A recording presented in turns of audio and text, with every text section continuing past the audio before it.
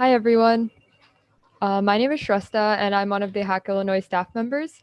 Welcome to the first of our product design workshops. We have with us today designer Julia, and I'll let her take it from here. Awesome. Thanks, Shrestha. Hey, everyone. I know I can't virtually see you, but I'm glad that you're all here nonetheless.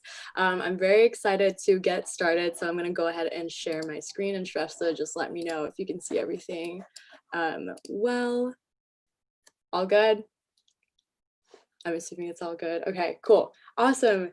Hey everyone, I'm so happy to be here. I'm really excited that I was able to get this opportunity to speak with you all today about something that I'm very, very passionate about, because as I am a designer, I am obviously passionate about design. Today, I devised this presentation for you all because I know, as someone who has been a part of a hackathon, it can be kind of stressful, and a lot of the time design is kind of put in the back seat. But I want to tell you all about why design can be actually one of your best assets in this hackathon. And so here's my presentation on a designer's hackathon survival guide. So before I go ahead and kind of tell you about everything about design, I want to give you a little outline on what's going on, what's happening, and what to expect from this 30 to 40-minute presentation from me. So also why you should pay attention and not have a bunch of tabs on your screen right now. So first, I'm going to talk about who I am. We're basically strangers. I'm assuming I haven't met most of you. So I'm going to tell you a little bit about me, a little introduction, why you should trust me, and so on. Next, we're going to talk about what is design. And I was trying to be funny by saying what the heck is design, but I'll give you a little spiel on kind of how I discovered what design was and why I got so passionate about it. And then the next is we're going to talk about why does design matter and why you should really think crucially about the different choices that you make in design when it comes to your guys' projects. Next, we're going to go and talk about where we actually find good design. A lot of the time it can be, again, very stressful. You guys are under a really quick design sprint, if you guys think about it, and you want to make sure that you find resources that are actually going to help you and that are going to help you push forward into creating a product that you can be really, really proud of. Next, we're going to talk about when is design important. A lot of the time, people don't realize how much design is all around them and how important it is to not only, let your lives go by when you go on Instagram and TikTok and all of that, but also why it can actually save lives and why design has saved lives and why bad design has unfortunately not saved a lot of people's lives. And we'll talk a little bit more about that later. Next, and probably the most important part for you guys in this presentation is how can design help you win this hackathon and make a product that you will be completely proud of. And with the how part, I'm very excited because I'm going to tell you all the tools and resources that I personally use to succeed whenever I have to design within a short period of time. So I'm very excited to share with you guys all of that. So first, who am I? Who is Julia? As you can tell, my name is spelled like Julia, but I always tell people it's like Julio, but for girls. So I'm a designer, as Shrestha introduced me. I'm actually a senior at the Academy of Art University in San Francisco. I actually study graphic design and have a special area of concentration with product design, and I'll talk about that a little bit more later. And while being a full-time student, I am also a freelance graphic and product designer. So I have been doing projects that range from corporate packaging to even a Chrome add-on, trying to help design that. So that's fun. And also I'm a design conversationalist. Obviously I've been talking to myself this whole time because, there's no like feedback going on, but I love having conversations with people about design, whether it's, how to get through your journey as a designer. And lately I've been working on a passion project, which has been my YouTube channel and like being able to showcase what it's like to be a student and go into the design industry. And a little bit more about myself, that's my actual face now. I am a plant mom. During COVID-19, when it started, I started hoarding a bunch of plants from Home Depot. So I'm a very proud plant mom, and I have like so many plants in my room. My parents are kind of concerned, but don't worry about them. I'm also a TCK. So even though I sound like I come from America, I was actually born in the Philippines.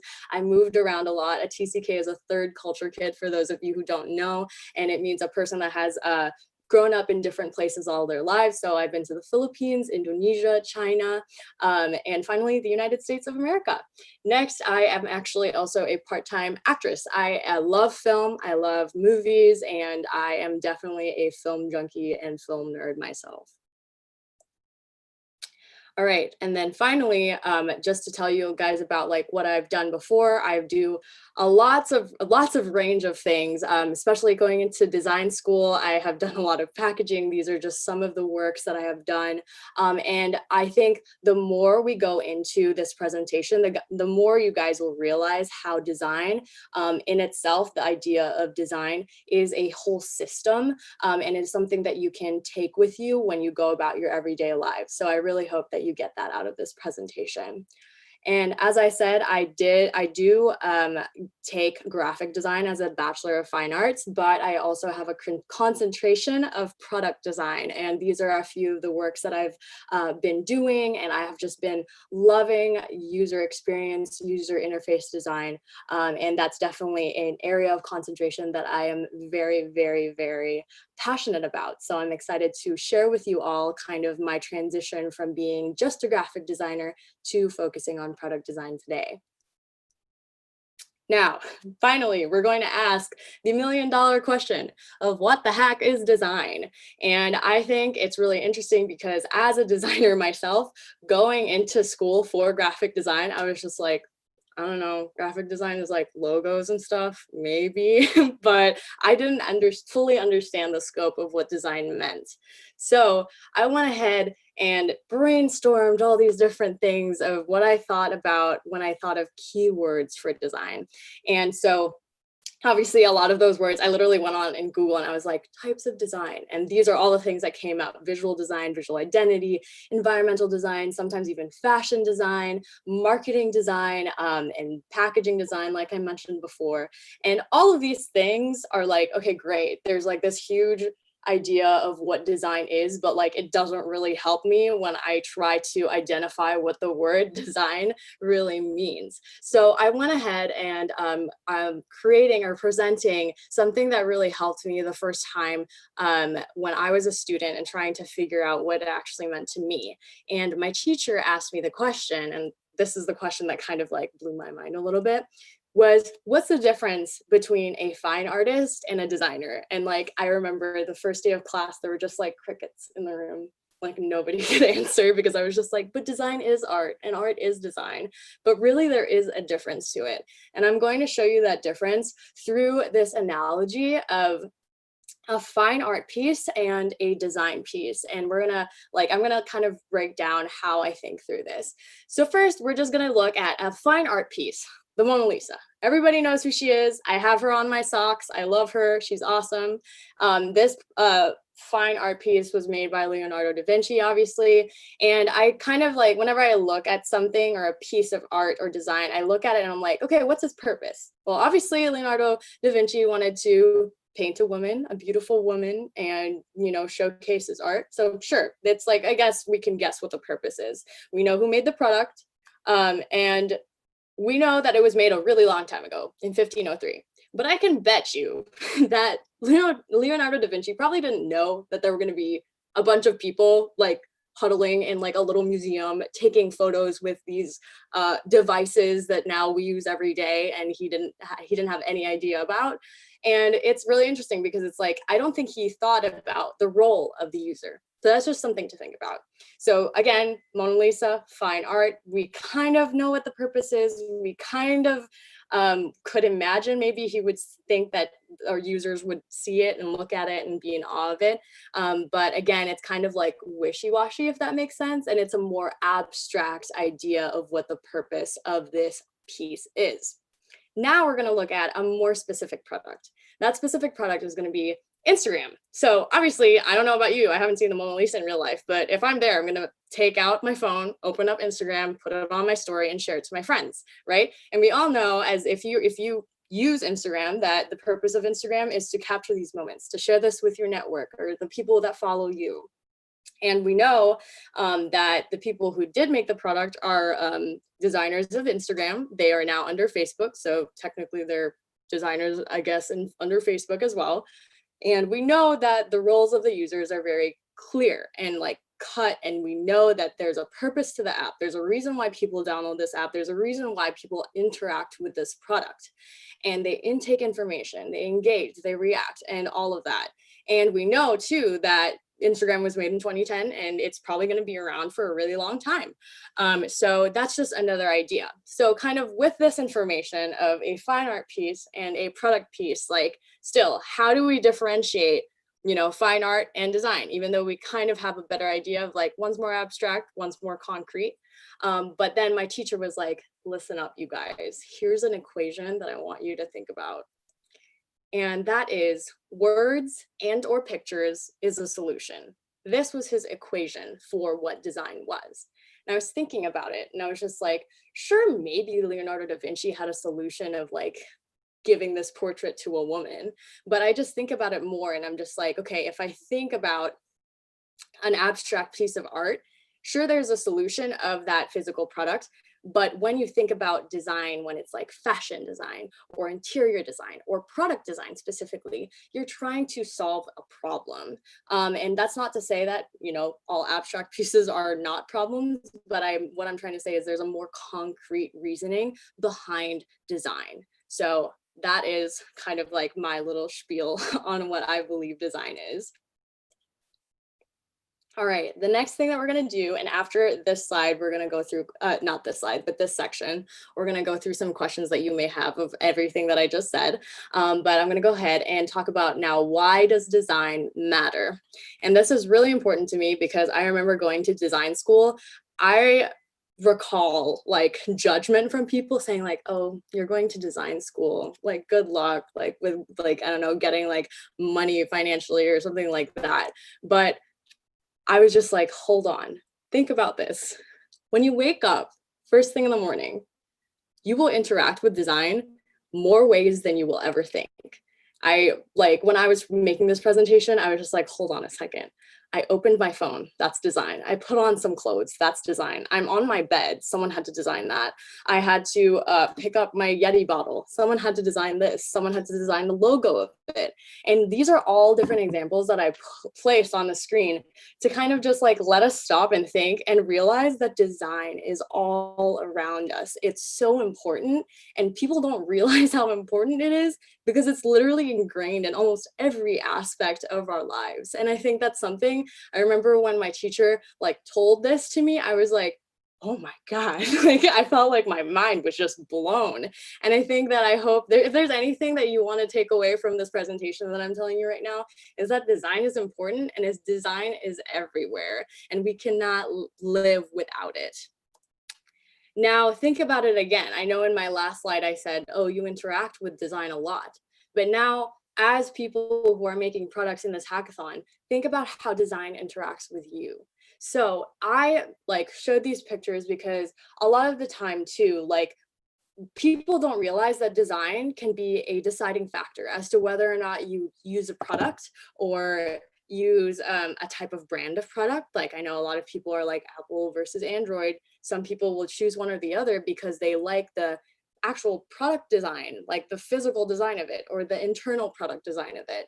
And I think that's just something to remember, especially since you are, you know, remember we're in a hackathon, we're in a competition and you want to make sure you make decisions that will make the person say, actually, I like this product more than this because it looks better or it's much more easy to work with. So that's just something to remember as well. You know, design can be everywhere, but we're also trying to hone in to the specific designs that you guys are going to be working on. Now, something that I just love to say, and I kind of like want people to remember, that design does make our world go round. Like I feel like we cannot live without it.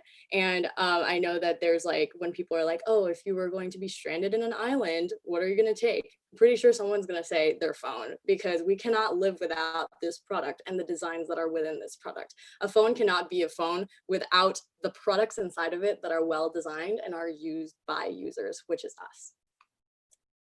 So Shrestha, if we have any questions right now, I can like cover them if I'm going too fast or anything. Yeah, there's a few questions that we have. Yeah, what's up, you guys? So the first one is, What is the main difference between graphic design and product design? Okay, that's a really, really good question. So graphic design is actually an umbrella term. Graphic design includes the things that I was talking about, like graphic design is packaging design. So packaging design is graphic design. It's like packaging, there's environmental design, there is typography design, there is, I can go on poster design. There's like, essentially when I think of it, graphic is like when it comes to like the actual visual elements and when you use that to make products. However, I think of product design as more specific to digital products. Like I know a lot of people can also confuse industrial design, which is also called product design, to product design, which is what we're talking about, which is digital design. So I always just think, okay, if it's digital, I'm making a digital product. Therefore, you know, I would say, like, I would argue that digital product design is under the umbrella of graphic design just because you're also using graphic elements to create your solution. So I hope that kind of clears things up. Okay. This one's kind of related. It says, as a programmer, what aspects of design would one need to know, or which you can abstract to those with a design background? Okay, that's a really good question. And I think that I'm definitely going to touch on like the fundamental things that I feel like specifically people without a design background like should know about design. And that's later on in this presentation, but really quickly, I'm going to talk about logos, colors, fonts. I believe I also say colors. I already said that, but I think there's two more: branding and photography and icons. Now I know I'm just listing those out, but I promise you there's going to be a whole slide with it, so you can go ahead and take a screenshot of that once we get there. For sure. Yeah. Okay, and last question for now is, how do you weigh the trade-offs between creating a product that has a new slash innovative creative look versus designing a product that will feel familiar? That is a very good question. I think that whenever, like, for example, whenever I had like a school project and I had to make like a new innovative way to, I don't know, let's say make a period app. I made a period app, and I know that as a user, a target user, I've used different period apps before, and I feel like there are things called UX patterns or user experience patterns, user interface patterns that is kind of what I believe whoever asked this question is talking about, where it's like there's a familiarity to the different choices that you make. I think that when it comes to especially specific times like this where you have to do a design sprint, I think it's very important to have very familiar like, I don't want to say don't be risky, but I think it's like err on the side of intuitive design as opposed to risky design. And if you do choose to do something risky, don't overdo it. Like choose one thing that's super risky, like whether that's like a really risky color scheme, but everything else is intuitive, or a really, really cool different logo, but everything else is intuitive. Because you want to make sure that, you know, you don't shock the judges, or you don't shock the people that are like viewing your product, because you definitely want to make it, especially with the products that you guys are doing with education, like you want to make sure you keep your target audience in mind. So that's kind of like a long way of saying, like, be intuitive, don't be afraid to be risky, but balance it in a way that you want to make sure that your target audience is still comfortable with those risky choices that you make. Yeah. Um, Awesome. yes, and also quick note to everybody watching, keep asking your questions on Slido and we will get to them as we go on. Yeah, and also don't worry if you have questions as well about things that I just talked about. There's going to be a part in my presentation where I kind of just say, like, ask all the questions that you can like ever want, and we'll make sure to make time for that as well. Awesome, thanks, Resta.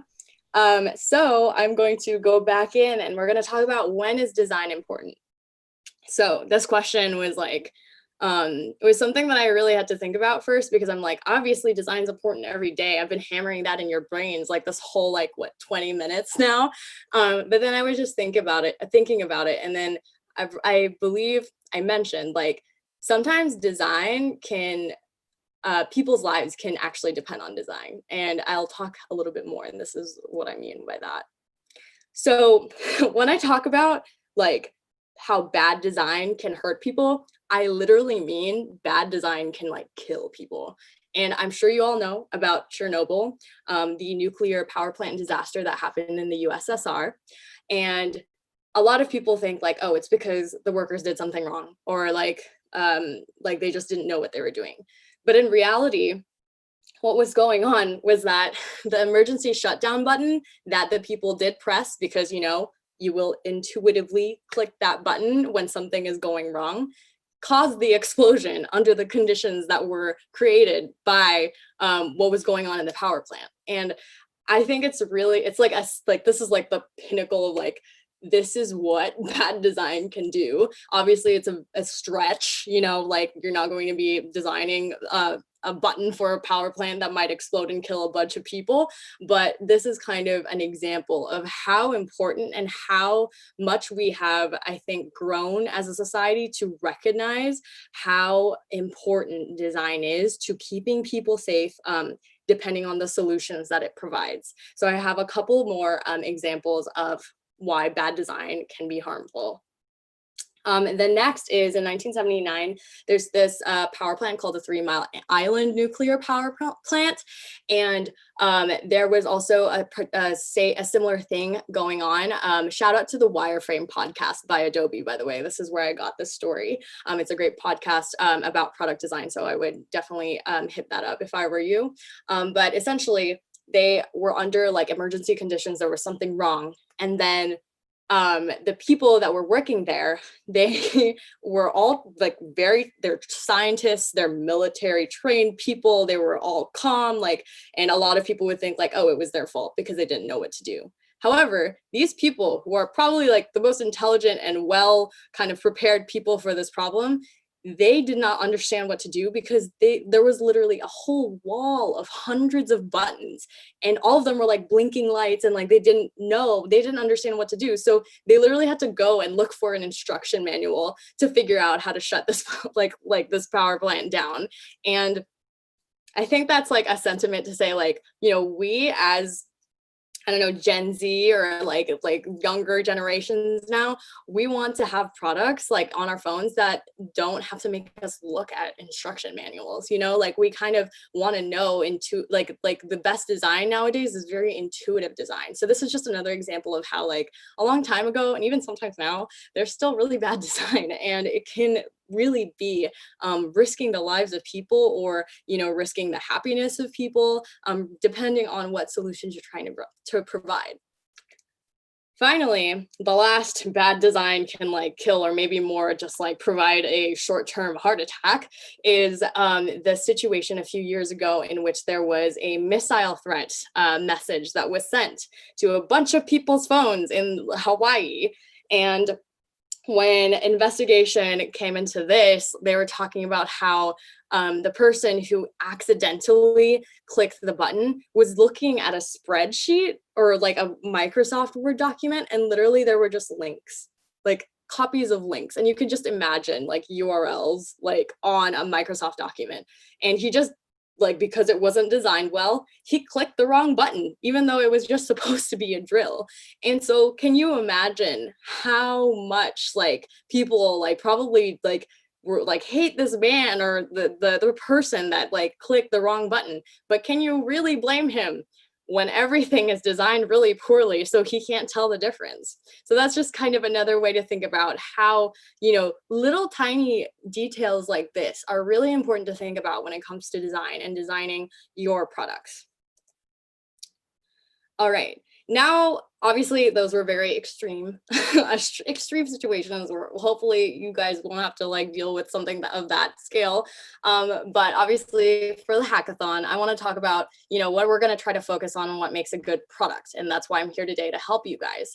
And obviously in the different hackathons that I've attended, or like design sprints that I've attended, I've always seen patterns with the winner, and the winner always has really clean code. They have really great engineers or developers that are working on the code, they always have attractive design. And attractive design doesn't necessarily need to be like, wow, like nobody has thought about this like idea before, like it's amazing. It's also just really like cohesive. Like and we're going to talk a little bit more about what that means to have cohesive, attractive design in this later slides, but that's just something to kind of plant the seed in your head. The next thing is there's a clear purpose. You guys are going to be given like one of two prompts, and you have to make sure that whatever product that you make, the purpose is reflected in your design and in the code, or like the product that you overall make. Now, I was also talking about in these like different anecdotes about, you know, the user friendliness and the intuitiveness, there we go, of a product. And I know my great friend Vicky is going to have a workshop today more specific to product design. And I know that she's going to answer a lot of questions. She's amazing at what she does, so I'm sure she's going to talk about that. But today, in my workshop, at least, we're going to talk about attractive design, and we're going to talk about how we can reflect the clear purpose of your product through your design choices.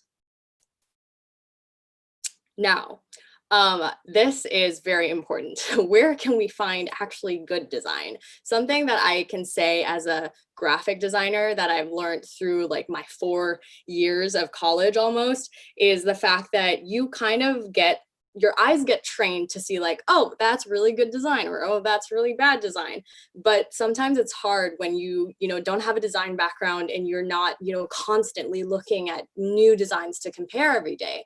So I went ahead and devised this list of resources that you guys can look at to be like, oh, that must be very good design because there are lots of likes or lots of shares on it. So the first place is obviously Pinterest. Who hates Pinterest? I love Pinterest. People use Pinterest to plan their weddings, to plan their homes, and I think you can use Pinterest to plan your designs.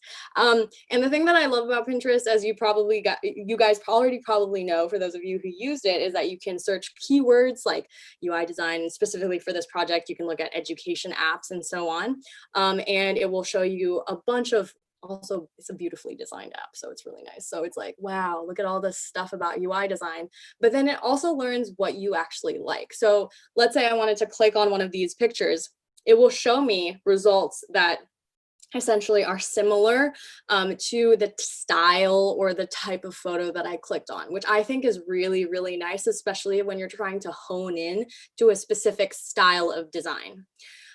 Finally, you are going to be collaborating with a group of people, and you want to make sure that if there are specific people that are in charge of design, or if you're going to have people be in charge of like the CSS, or like whatever you do choose to use, to kind of make sure that everyone's on the same page. Like you want to make sure like we're going to go for something like these things.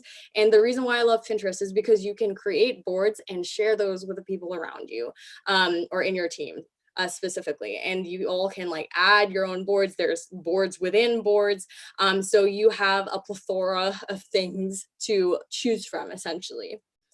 The next resource that I want to talk to you guys about is Dribbble, and it's specifically for artists and designers. It's basically like Instagram, specific to designers. They're, with the play of the name, there are shots from different designers that are uploaded. And again, like it's for a wide array of artists, and you can filter out what you like. I love looking at UI inspiration, product design inspiration.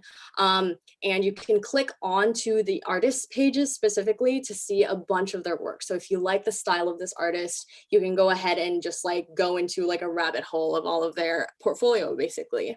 And then finally, this is also a great idea.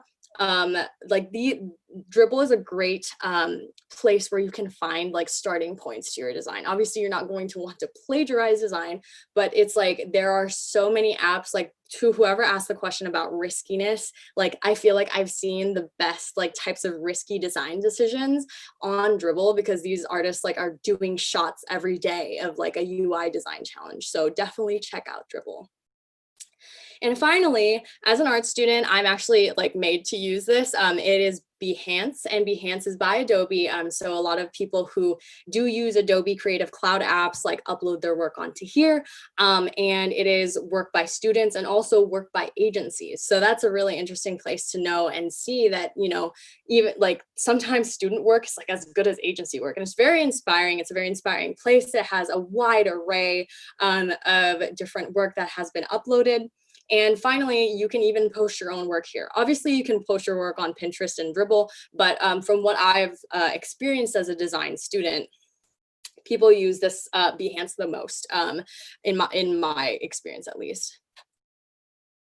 And obviously, you guys, your phone has so much inspiration in it, and you don't even know. So just like think about the apps that your target audience is using, whether that's like Google Cal if you're a teacher, or TikTok if you're a student.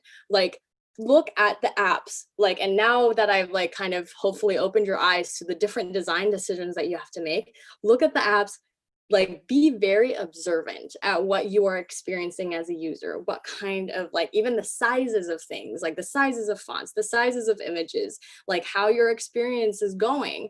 I think it's very important now to be more observant of the things that you yourself are experiencing and what you want to kind of relay and make your users experience and users interact with. And that's kind of just a way to like inspire you and see, you can go on the App Store and look at different education apps, like what's their look and feel, and you can kind of like want to imitate that if you want to, or go a completely different direction if you want to.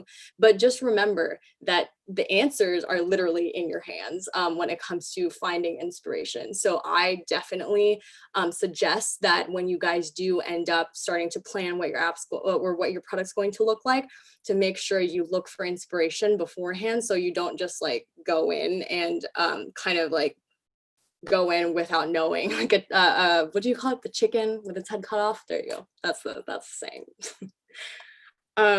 All right, so Shrestha, if we want to talk a little bit more about questions before I go over this kind of how section. Yeah, sure. There's a bunch of questions here. Well, Sweet. First, Anonymous asks, where can I get the Mona Lisa socks? So you can find them on Amazon. You can also find them on, I think it's like Sock Shop, I believe. There's like, okay, sorry, I'm gonna make this really quick because I know people want to ask like actual questions, but like this is an important question. If you search up like fine art socks like online, you can get like packs of like Mona Lisa, Van Gogh, Da Vinci, Van Gogh, and all of that. So just search it up. If you're like actually curious, add me on LinkedIn later and I'll give you the actual link. But yeah, you can find them everywhere and they're very comfortable, so I highly recommend them. Awesome. Okay, next question is, do you have any recommended online apps / resources for CS majors to learn UI UX design? Yes, I do. And I'm going to talk about them right now. So just stay tuned. And another thing that you guys like, thank you guys for paying attention. I also actually created a link for you guys to click on once you're done with this presentation. And I list all of the things that I have mentioned in this whole presentation. So don't feel like you have to like hurry and write things down and take screenshots. This presentation, as well as all the links to the different resources and tools that I'm talking about right now, will be on that link. So don't worry about it. Yeah, we'll make sure to send that out to the attendees over Discord. Awesome. So we have a question that says, what design flaws do you see in a virtual classroom? That is such a good question. Oh, because I had to be in a virtual classroom for a very long time. Well, even now too, sadly. I would say in the virtual classrooms that I'm attending, everything is so clunky. And when I say clunky, I mean like it looks like it was made in like the early 2000s when people didn't understand what design was. I feel like a lot of the time, virtual classrooms don't realize that there are different typefaces that can work and there are different colors that you can use. Like I feel like it's all bland and like I feel like if the product could talk, it's like I'm dead inside, because like there's just no there are no icons that are like more modern. There's no typefaces that are more modern. It's like you have to click on, oh, there, this is like a specific thing. It feels like you have to click 5 times to get to the place that you actually want to be at. So I feel like, at least from the learning management systems that I have experienced, it's just really, it takes long to get through and to get to the task that you need to get to. So hopefully that helps. Yeah, for sure. Another CS related question. As a CS major, what classes or subjects should I take to learn UI UX? That is a really good question. I'm speaking as a graphic designer, but I also like, I guess like the opposite is I had to take web design classes, like, and like design coding classes in my part. So I would suggest that if you're a CS major, try to take like a design fundamentals class, or any type of like class that talks to you about the fundamentals of art and design. If possible, look for a course that has the keyword design in it, because I know that fine art theory and design theory is you know, quite different in its purposes. But I would recommend either doing even like a course online. You could probably find one about like the fundamentals of design, but just to kind of get your feet wet and like practice these small design things that seem intuitive, but once you get the hang of it, you're going to start to get an eye for design. I promise that. Okay, so we have an interesting question. What are some bad designs that have actually turned out good? Interesting. I think,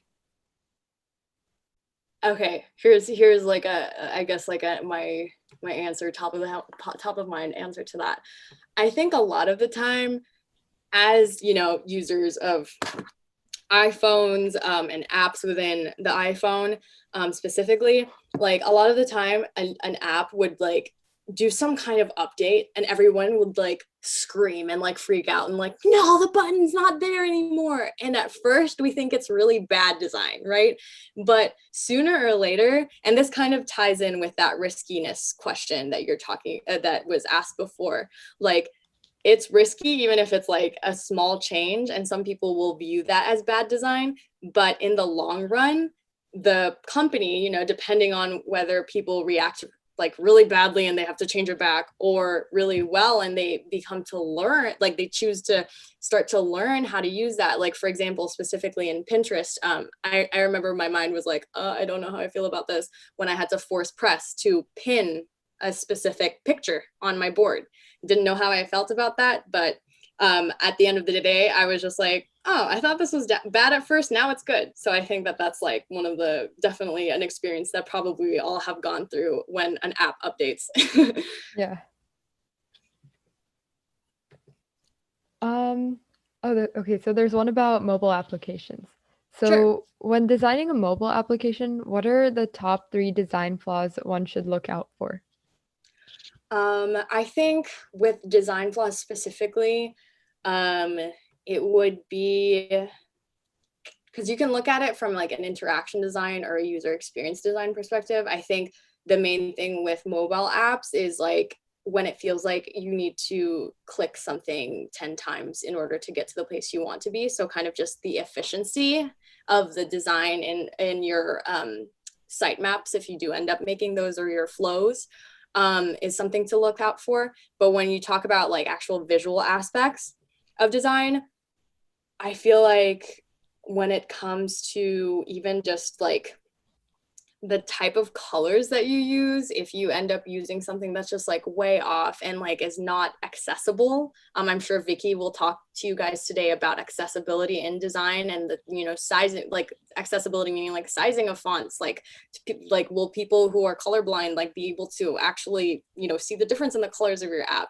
And that's like a little bit more like of a deep dive, but I think it's more of just like if you're a user and you feel like you are not getting kind of to your solution. Like if I have a user, I have a use case, and I feel like I need to get to that use case by clicking 10 times as opposed to 2 times, that's a problem. So I think that that's just something to look out for. Okay, yeah. I think that's super helpful because I'm sure a lot of our attendees will be working on mobile apps as well. Sounds good. Yeah. And for sure, like I definitely want to like answer more questions. I think it might be a little bit more helpful to clear out more stuff about like design, like fundamentals of design that I'm going to get into right now. And maybe after that, you guys can ask me more questions specific to, you know, the graphic and visual aspects of what design we're talking about. So now I'm going to move on and I'm going to talk about the how and like kind of like the the billion-dollar question of how you guys can use design to win. And again, design can be really overwhelming. So I went ahead and kind of thought about, you know, the 4 years of experience that I have as a student. What main things I think, if you don't know anything about design, if you like have no idea what to prioritize, I have placed here the 6 things that I feel like you just need to think about, get out of the way, and like make sure you be able to code everything that you need to, but just make sure you touch on these things before you kind of send off your project. So first, again, like when I didn't know about design too much, I knew for a fact that logos were a part of design. So I'm going to show you guys a tool that you can use to make a logo in literally seconds. But logos are essentially a visual element that represents your brand or your product. So that's just something to think about. I know like a lot of people overthink logos and like logos take like hundreds of iterations, but you don't have time for that. And that's why I made this like presentation for you guys, because I'll show you a way that you can literally make a logo in seconds. The second is typography. Typography is just another word for fonts. I think that all the fonts that you're planning to use, you have to make sure that they're all accessible to you and your peers that you're working with. So I'm going to be showing you guys 2 different apps that you can use to easily download them. And also with fonts, you have to make sure that you're not using Comic Sans and like not using, you know, script that is super hard to read. Talk a little bit more about that later. But yeah, we're going to touch on fonts and typography. Next is color. A lot of people don't realize this, but you know, the more you look at patterns of design outside, like literally outside your door, you'll see, like, for example, a lot of fast food restaurants use warm tones. Like think McDonald's, think KFC, think, you know, like they're all, if you look at their logos and search up fast food logos, you will see that there's a pattern in the way that colors are used. And that is not by accident. There's a reason why there's such thing as color theory. Colors are tied to different emotions. And I know that that can be a little overwhelming to think about. So I'm going to help you guys, you know, try to not overthink it and show you a tool that I have that I think you will find very helpful to figure out a color scheme and just run with it.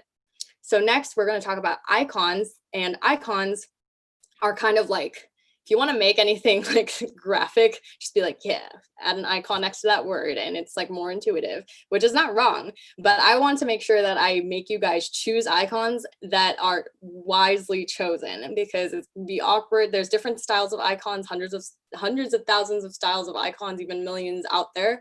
I'm going to show you guys a way that you can find icon packs. So 1, you don't have to design your icons from scratch. And 2, they all are a similar style and you don't have to worry about having to redraw icons yourself. 5th, we're going to talk about photography. I don't think I realized that stock photos could actually look as pretty until I found the resource that I'm going to show you guys today. Obviously, photos are a very helpful part of different products, specifically with education. If you want, you know, I imagine right now there are a lot of really bad stock photos of like an apple on a teacher's table. We're not going to use those. We're going to use better and well designed or well photographed photographs. And then finally, we're going to talk a little bit about branding. And branding is essentially, I like to think about it as like all of these things like come together as a family and their last name is branding. Like, I think it's like kind of a culmination of all of these things. And we're going to talk about that because I'm actually going to talk about HackThis branding, and we'll apply the knowledge that we've learned throughout this to that. So again, I'm here to tell you not how to design when you have like a huge timeline. I'm going to tell you to design smart and not hard. Again, I want to reiterate that there's going to be a link at the end of this presentation that will like kind of list out all the resources. So don't worry, just listen to my voice and we can get through this. So the first thing that I'm going to show you is a logo resource. Canva is amazing. If you don't know what it is a online, it's a web app. There's also apps on your phone. You have like hundreds of thousands of templates to like look at. If it's like if it's what do you call it, like decks, if you want to make decks, if you want to make Instagram posts, if you want Instagram stories, Canva has that. But also it has logo templates. Now this logo to the upper right of your screen, I literally made that in like 5 seconds. I was like, okay, I'm trying to look for a techie logo. I searched up logo and then I searched up the word tech and I literally got that.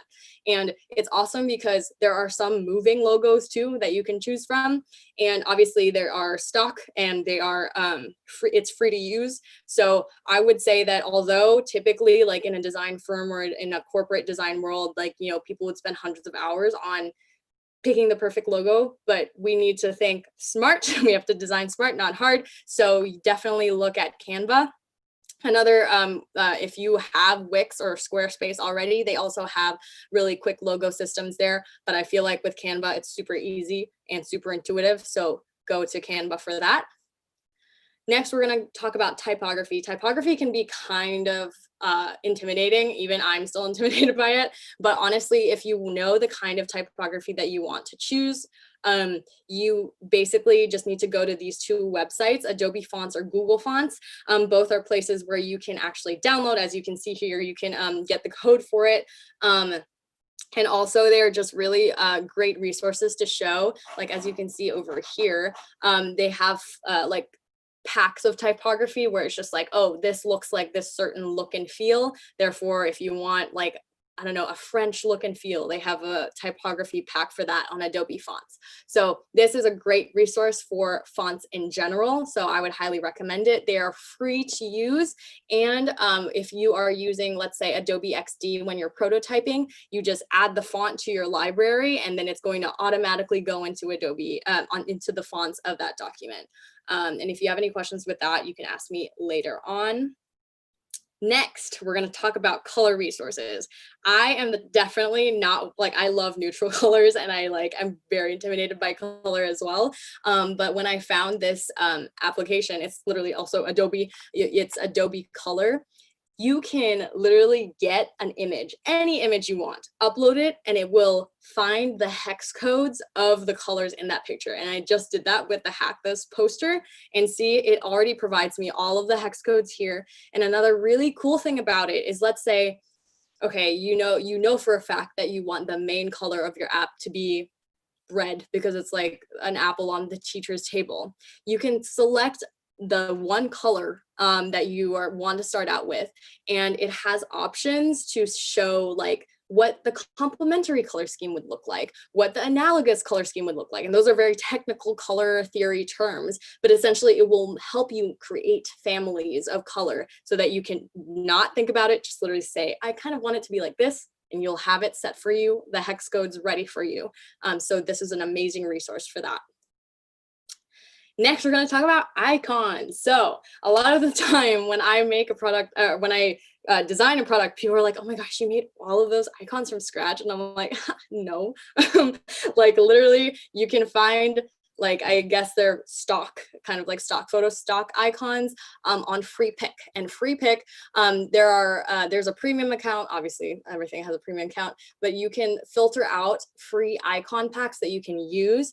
There is like, obviously with like the caveat of you having to credit the person, but I don't mind doing that. And another thing that's really great about this is it not only has like icons, but it also has illustrations. So as you can see over here to the upper right, I was able to find like cool tech illustrations, and those came out. And when you download it, it will become a zip file with a bunch of like PNGs that you can just use in your prototypes. And you can also, I believe, edit them yourself to match your color scheme. So it will come in Adobe Illustrator or EPS files. So that's just a really cool thing because it's very flexible and you have an amazing starting point. So you don't have to think about all of the logos that you need to use. Next, we're going to talk about photography. And again, I was like, I didn't know that like stock photos didn't have to look like memes all the time. And this is when I just basically fell in love with this website. It's called Unsplash. I sometimes go on there for fun because the photos are just so nice.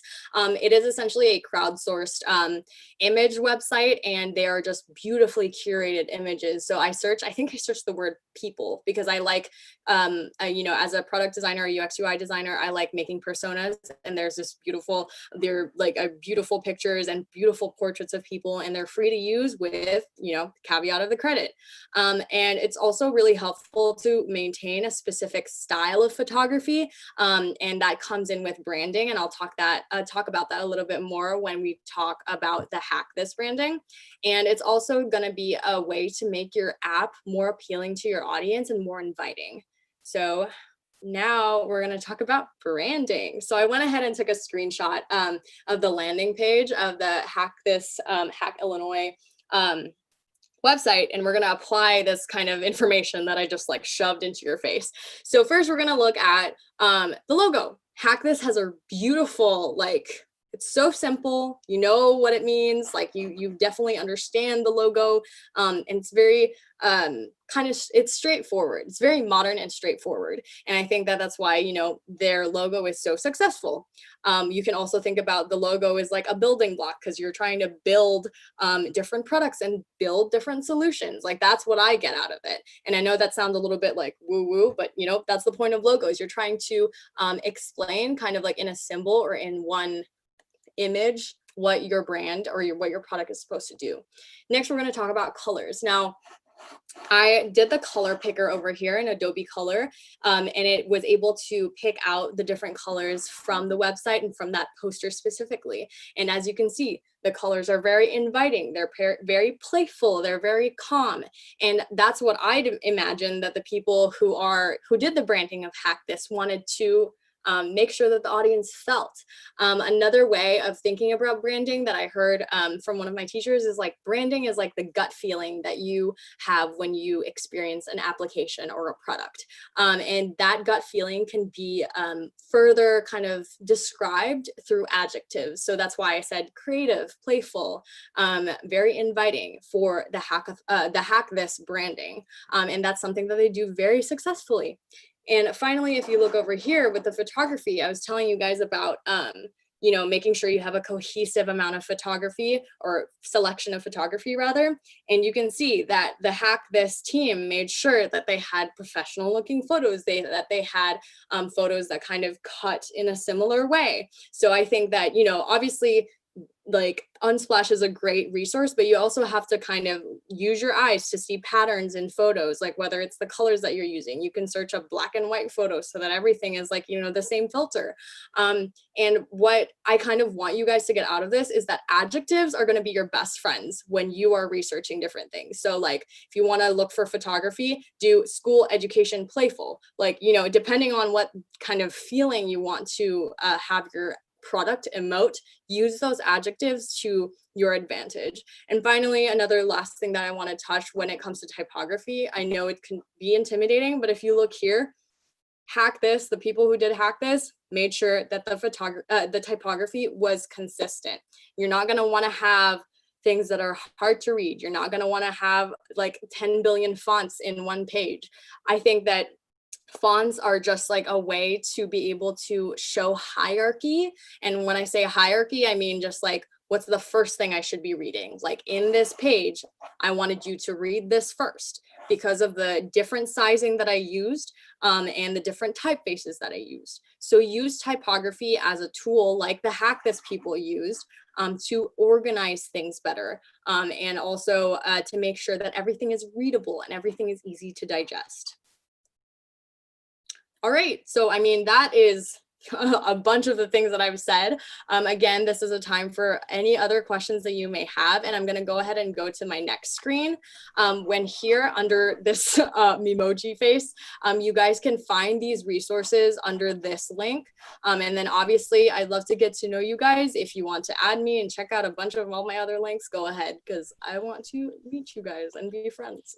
But thank you guys so much. Let me know if you have questions. Thanks so much, Julia. That was super awesome. And we will post these links in the video description. right after the workshop is Awesome. over. Sounds great. I can go over some of the questions we have remaining here. Sounds good. So we have one that says, in industry, do designers work directly with software engineers? And how is information passed between the developers and designers?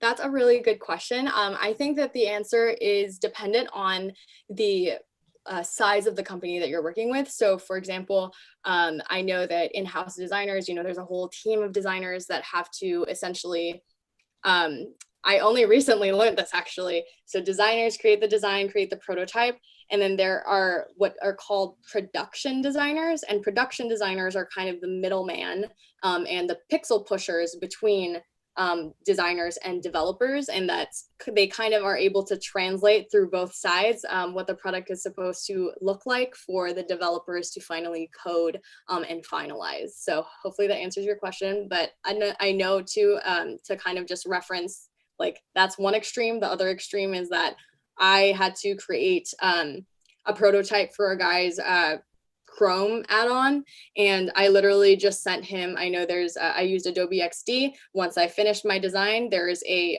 way to share it, and it's to share to a developer, and you're able to get all like the CSS code there. So there's different ways depending on the apps that you're using, whether it's Figma, Adobe XD, and so on, to kind of help that process between designers and developers. Okay, yeah. Okay, so another question is, who are your current favorite designers? That's a really good question. I'm glad you asked. So I would say that one of my favorite designers has to be Jessica Walsh. If you guys look at her, there's a website called Ann Walsh. She works with Steven Sagmeister, who is one of the legendary designers, but her stuff is very like subversive. I love how, if you want to see what risky looks like and done well, she's more of a graphic or visual designer as opposed to product specific, but I really love her work. I also love Annie Atkins. She is a very different type of designer. She is a production designer for film. So if you guys know any Wes Anderson films like The Grand Budapest Hotel and Moonrise Kingdom, she actually did all the typefaces and all like the little props that they're using that are super well designed, the packaging of that. I think that's just definitely not a field that is super widely known, and she definitely deserves a lot of credit because she visualizes Wes Anderson's kind of vision. That's like a bad way to explain it, but yeah. Okay, awesome. Okay, so somebody asks, if we want to pursue our project after the hackathon, how should we go about finding a designer / when would that step be appropriate? That is a very good question. Obviously, it's up to you. Like if you're really wanting to commit to this, if you are speaking as a developer, I'm assuming, you can always find designers like on LinkedIn, I know you can find people, even some people have found me through Instagram. Like I literally like have gotten people reach out to me. I think specifically I'm referencing the different resources I've talked about. Like if you go on Behance or Dribble, those are social networks specific to designers. And if you know, like, oh, I know what my product is, I know, like, I know what the code, like what the kind of flows are, and I know already, like, all I need is someone to start the visualization of this product. Go on Dribble, go on Behance, and look for specific, like, just search up product designers, and you will find users, and you will also be able to see the type of work that they do and see if that is a good partnership that you're willing to take. Okay, yeah. This one is a kind of specific question. How do you credit people in a mobile app? That's a very good question. I have obviously like I don't think I've seen this more in like corporate apps that we are using. But a lot of the time in the past, like design sprints and hackathons that I do, like I've gone through, I usually just kind of like whenever I send off my file, like in the email, say like, I credit these people for the stuff that they've done. Another way to do it is like, you know, maybe in like different apps have like a place where you can go in settings and about and say like the version of the app. Sometimes I would just put credit there, kind of just a simple way to make sure I credit those designers. Another thing is that, you know, if you do end up wanting to put this this project in your portfolio, it's very important that you're very transparent in your portfolio and say, you know, design elements or, you know, design assets are from by this person. And I have done that many times as well. You can check out my website, website plug. You can check out my website because I am able to do that and I have done that. And you can also see how I was able to execute it. Awesome. Okay. That is all the questions we have. Awesome. I just want to say thank you everyone for tuning in, and huge shout out to Julia for hosting this amazing workshop. She will also be helping as a mentor during our event, so if you have any design questions, you can feel free to reach out to her. Yeah, and if you stayed till the end, we will send a link in the YouTube live chat for you to fill out the form and enter into a raffle for attending. I'll send that very shortly. Also, be sure to tune into our second product design workshop later today at 4 p.m. Central. Yeah, and if any of you are interested, right now we have a team formation icebreaker going on, and you can look for details in the link in Discord. Thank you everyone for tuning in.